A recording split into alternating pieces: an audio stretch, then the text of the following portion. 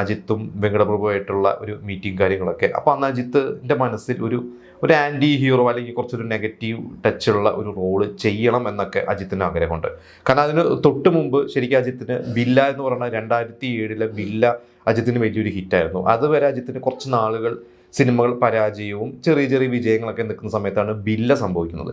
ബില്ല കഴിഞ്ഞ് വീണ്ടും അജിത്തിന് ഏകൻ അതുപോലെ തന്നെ അസൽ എന്ന് പറയുന്ന ആ 2 സിനിമകളും ശരിക്കും തിയേറ്ററിൽ ഭയങ്കര പരാജയമായിരുന്നു. അത്യാവശ്യം അതിന് ഒരു ക്രിട്ടിക്കലി പേരൊന്നും കിട്ടിയില്ല. അപ്പോൾ 2 സിനിമ വന്നാൽ അങ്ങനെ ഏക്കാൻ നിൽക്കുന്നു.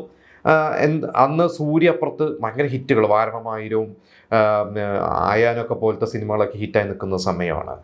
വിജയ്ക്കും അന്ന് കുറച്ച് മോശം സമയമാണ്. പക്ഷേ അജിത്തിന് ഈ പറഞ്ഞ പോലെ രണ്ടും പരാജയപ്പെട്ട് നിൽക്കുന്നതുകൊണ്ട് അജിത്തിന് ഇനി കുറച്ച് ഡിഫറൻ്റ് ആയിട്ടുള്ള എന്തെങ്കിലും സിനിമ ചെയ്യണം എന്നുള്ള ഒരു ആഗ്രഹത്തിൽ നിൽക്കുകയാണ്. അപ്പോഴാണ് വെങ്കടപ്രഭു ഇങ്ങനെ മങ്കാതയുടെ ഒരു സബ്ജക്റ്റായിട്ട് വരുന്നത്. അപ്പോൾ അതിന് മുമ്പേ വെങ്കടപ്രഭു മങ്കാതയുടെ ഒരു സബ്ജക്റ്റ് മനസ്സിലുണ്ടായിരുന്നു. പക്ഷെ അത് ഒരു സ്റ്റാറിനെ വെച്ച് ചെയ്യണം എന്നല്ലായിരുന്നു അദ്ദേഹത്തിൻ്റെ ആഗ്രഹം.